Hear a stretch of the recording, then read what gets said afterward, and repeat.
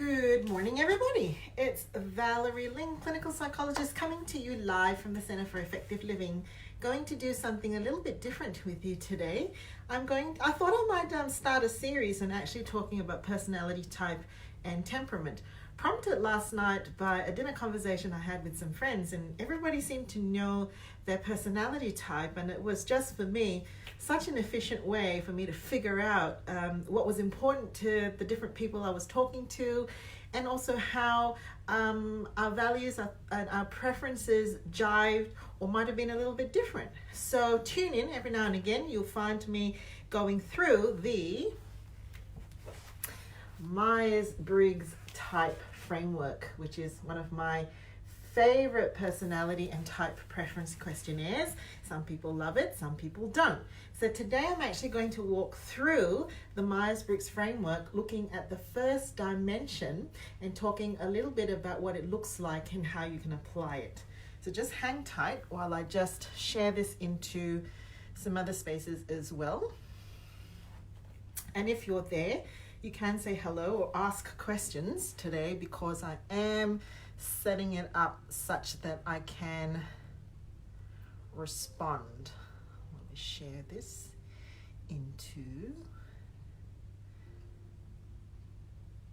I'm coming back. Okay. So it's a framework that basically helps us to understand and respect personality differences. It's based on a theory of temperament, and it basically has 4 dimensions, and out of those 4 dimensions you get 16 different personality types or personality preferences. So the first one that I want to talk to you, or the first dimension, and the one really that gets bandied about quite a lot, is extroversion and introversion. You don't have to see the small print, but basically extroversion and introversion tells us about our orientation to our energy source. That's fundamentally it. It doesn't necessarily mean that one is gregarious or one is shy. When you get deeper into the theory, there are actually subtypes of extroversion and introversion. But in general, it's basically about how we get energy when we're interacting with our world. So I'm going to use a picture book today. Can you see that? Well, there we go. Extroversion. So the first thing is that, I'll just bring it a bit closer and orientate it there. There you go. People with the preference for extroversion feel pulled outward by external claims and conditions. And people with the introverted tendency or introversion feel pushed inward by external claims and intrusions. Now, generally what this means is that if you have an extroverted preference, when you're actually interacting with your environment, you're actually going to want to interact with the environment. And you will see that this happens when a group of extroverts get together, when they start to bounce. They're finishing one another's sentences, they're challenging, they're pushing, and they're shaping, because the ideas are coming to formation as they engage with their environment. Versus the introvert, who feels pushed inwardly. In other words, when any information or input is coming to them from their outside world, they would prefer to retreat inwards to actually reflect. And one of the practical things I say about this is that when you're in a room full of extroversion, one of the things to do to respect the introverted space is to actually ask questions and then pause. And I'm an extrovert. I'm high on the extrovert scale. I often have to count in my head at least 5 seconds. Use this in your workplace, use it with children as well.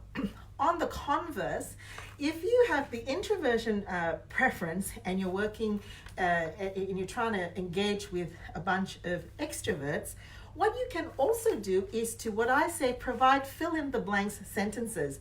Things like, that is interesting. I'll need a moment to think about that. Can I get back to you? Because extroverts are looking for that verbal recognition, usually, that you've heard them. And just by saying that, that helps them to see that you're actually attended to it and you will get back to them. Okay, what's the other half of the book saying? Extroversion is energized by other people and external experiences. And introversion is energized by inner resources and internal experiences. What I want to really point about this one is leisure activities, because this is something that comes up sometimes commonly. People with an extroversion preference actually feel like, for example, on the weekend, they have to like grab whatever they can of life's opportunities and what the weekend has to offer, and go outside and engage with the environment, right? Particularly the weekend, because usually they spend a lot of their week in an introverted space, usually. And those with introverted preferences, that's the last thing they want to do. All they want to do is to dock at home and be able to be in their own space and actually be energized. So what I would say about this is, if you have a mixed blend in your home, try to actually figure out how you can carve some space, some energy zones where if you would like to go out, maybe you might go out for breakfast, but then come back for sort of a laid back, pulled back sort of a experience. And sometimes those of us with the extroversion experience feel like we're always the ones initiating things on the weekend with family. Well, that's probably because our head churns that way. So try to come up with a compromise where you might actually plan things in advance, so that those of our introverted family members have got a little bit advance notice to fill up the energy tank so they can go out with you. And it's not a bad thing for those of us with introversion tendencies to actually infuse a calmer, still reflective energy in the down periods. All right, next. Feel free to send in your questions even with the recording. What's next? Those of us with an extroverted tendency will act, then maybe reflect. And those of us with an introverted tendency will reflect and then maybe act. So what this means is, when those of us with extroverted preferences will likely actually do first, think later. And it's in the process of doing that the refinement comes, versus those of us with introverted tendencies who would prefer to actually process the information, figure out the whole sequence of events and the consequences, and then act. Now, not one is better than the other. That's the thing to be saying about the E and the I scales, but they complement. And what can be a helpful thing is to be able to give our introverted tendencies, or those of us with introverted tendencies, the opportunity to push the pause button when things are getting a bit energized in the extroverted space. And consequently, for those of us with the extroverted space, to be able to have the space, I call it the hack away, to hack away at some things first without having all the information, and then coming back together again at a scheduled time, let's say in a week later, to collaborate and bring our findings, one through hacking away at it, just doing and then thinking, and one by actually pulling back, thinking, reflecting, getting information, and coming back together. What's on the bottom here? The extroverted tendency is energized by other people. Wrong side. Is often friendly, talkative, and easy to know. The introverted space is often reserved, quiet, and hard to know. This doesn't mean that one is more friendly than the other. It just usually means that those of us with an extroverted tendency would prefer to generally find themselves in large spaces, lots of hand motions with groups of people. And those of us with the introverted space might prefer to get to know people on a one-to-one basis. Got a few more pages. Here we go. Extroversion expresses thoughts and emotions freely, maybe at the risk of saying too much. Introversion may keep thoughts and emotions private and may be at the risk of saying too little. And basically all this is about is that sometimes extroverts blurb things and then later on think, I'm not sure if I should have said that. And sometimes introverts may actually hold back things because they're not quite sure whether they've come to a complete thought process.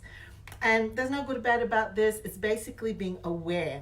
And so those of us with an extroverted tendency in these sorts of situations, I generally say, if you kind of slow down your thinking processes for a little bit, especially when you're in a conflict situation. If you actually just visually see your thoughts forming in your head before they come out of your mouth, it actually can help us to still be active but slow down to connect. How is this actually going to come out of our mouths? How is this going to impact others? Conversely, with the introverted preference, there's a whole bunch of things you can do, but I often find it's a respectful space for those of us with the introversion tendency to be able to just say, I'm hearing you, I'm noticing what you're saying, I now need some time to notice what I'm thinking and what I'm feeling. Can we return to this conversation? Very importantly, those of us with the extroverted tendencies, we need relationships, and those of us with the introverted tendency, we need privacy. Now, again, there are subtypes, but in general, I often say to people, okay, when you are actually come out of a meeting, like a large meeting, like, you know, and it's just been full on work and stuff like that, what's the first thing that you want to do? In my case, I probably want to get in my car and drive somewhere and call someone spontaneously and say, hey, I'm in your neighborhood, let's catch up. Whereas other family members in my world would probably much more prefer to jump in their car, get home, and spend the rest of the evening reading. And it's not to be misunderstood that one is friendly and one is unfriendly, but remember, it's got to do with the recharge element. It's about how we actually sort of unwind and relax. I think I'm going to leave it there. Here is a summary of the differences between extroversion and introversion. And if you're feeling a little bit prickly that this is just a bit of an overgeneralization, I'm with you. I give you that 100%. There can be unique differences. It might not, though, be a great way to be able to have a conversation with people that might say, yeah, I think this is happening between us because we might actually draw energy and recharge in a different way.